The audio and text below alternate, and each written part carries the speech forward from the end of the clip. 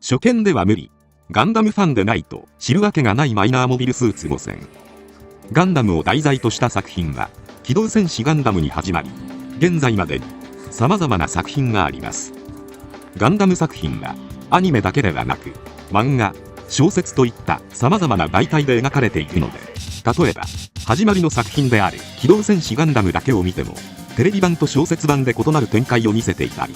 G3 ガンダムのようにテレビ版には登場せず小説版でのみ描かれるモビルスーツもいます。また例えば機動戦士ゼータガンダムの後半主役機であるゼータガンダムはアニメ版のデザインと漫画機動戦士ゼータガンダムリファインのデザインが異なっていたりと似ているようで違う機体も存在します。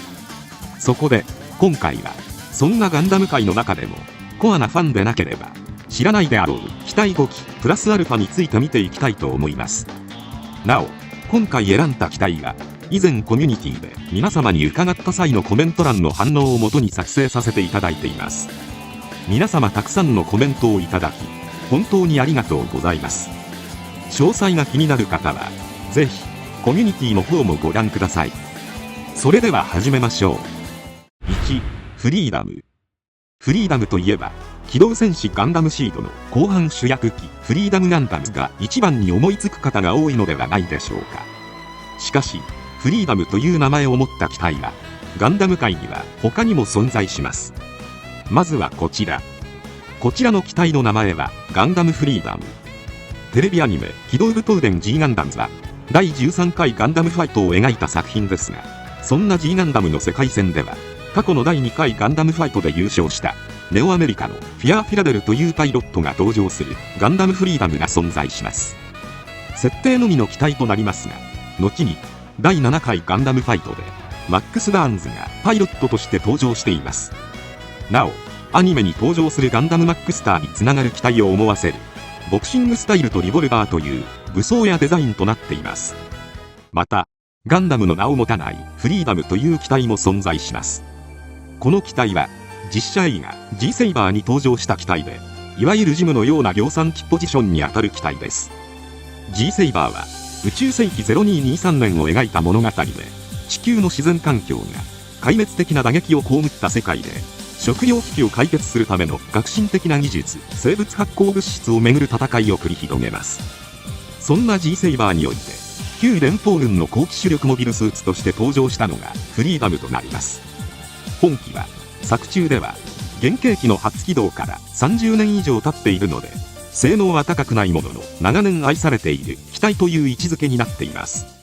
2、D ガンダム。D ガンダムは漫画ダブルフェイクアンダーザガンダムに登場する機体です。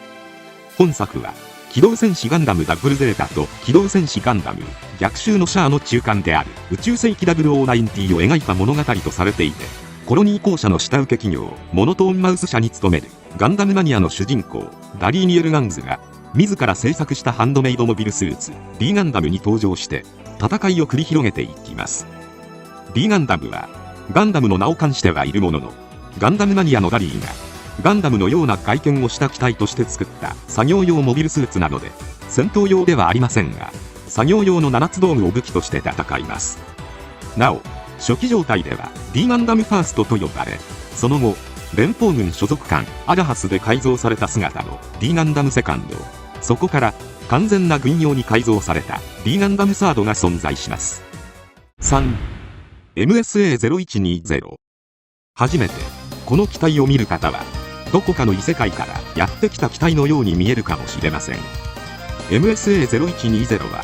0120という数字からファンの間で別名フリーダイヤルと呼ばれることもあります。本機は漫画機動戦士ガンダム F90 ファステストフォーミュラに登場する機体で、アナハイムエレクトロニクスとサナリーの次世代小型モビルスーツコンペにおいてサナリーがガンダム F90 を提出したのに対してアナハイムエレクトロニクスが提出したのがこの MSA0120 となります。現在ガンダムエースで連載中の機動戦士ガンダム F90 ファステストフォーミュラでは強化試験中の F90 部隊の前に突如現れ逃れることは不可能と言わしめるメガブーストを使用したり、いわゆるレールガンと思われるハイインパクトガンを使用するなど徐々にその全貌が明かされている機体です。奇妙な見た目からは想像しにくいですが、ジェガンを小型にしたヘビーガンの発展型機体となります。一体何をどうしたらこんなデザインの機体になってしまったのでしょうか。4. ギガン。ギガンとは機動戦士ガンダムシリーズの模型企画モビルスーツバリエーションの続編モビルスーツペズンに登場する機体の一つです。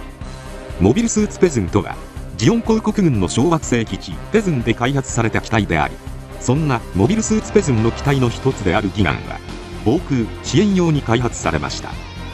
月面都市グラナダでの運用を想定して開発されたため、脚部が3機のホイールタイプになっていることが特徴ですが、小型スラスターを用いることである程度の空間戦闘も可能とされています。ガンタンクをイメージすると近いのかもしれません。なお機動戦士ガンダムは打ち切りによって全52話から全43話に短縮された作品ですが、元々の予定だった全52話のストーリーの最終話第52話にて連戦でボロボロになったガンダムがアガオア空に上陸しましたが、ギガンの攻撃で大破します。こうしてガンダムは動かせないことはないものの、コックピットがむき出しになってしまい、ギレン親衛隊の前にアムロは拳銃一丁で戦いを繰り広げていくことになりました。そう、ギガンはまさかのガンダムを大破させるという驚きの活躍を見せるはずだった機体なのです。アニメ版機動戦士ガンダムの最終決戦といえばジオング対ガンダム、そしてラストシューティングによる相打ちが印象的ですが、もし機動戦士ガンダムが打ち切りになっていなかったらギガンがガンダムを倒していたと考えたら、逆に放映終了後の人気が落ちていたような気がするのは気のせいでしょうか。5. シスクード。モノアイガンダムとも呼ばれるこの機体は1999年3月にバンダイから発売された携帯用ゲーム機ワンダースワン用のゲーム SD ガンダム G ゼネレーションモノアイガンダムズで初めて登場した機体です。このゲームでは宇宙世紀0087にライプ基地研究所というニュータイプ研究所でプロジェクトセイレーネと呼ばれる計画がありました。これはニュータイプ用巨大ユニットでサイコウェーブを増幅して兵士を洗脳し理性を失わせて死ぬまで戦わせるという、いわゆる機動戦士ビクトリーガンダムのエンジェルハイローと同じコンセプトの精神干渉の戦略兵器開発計画となります。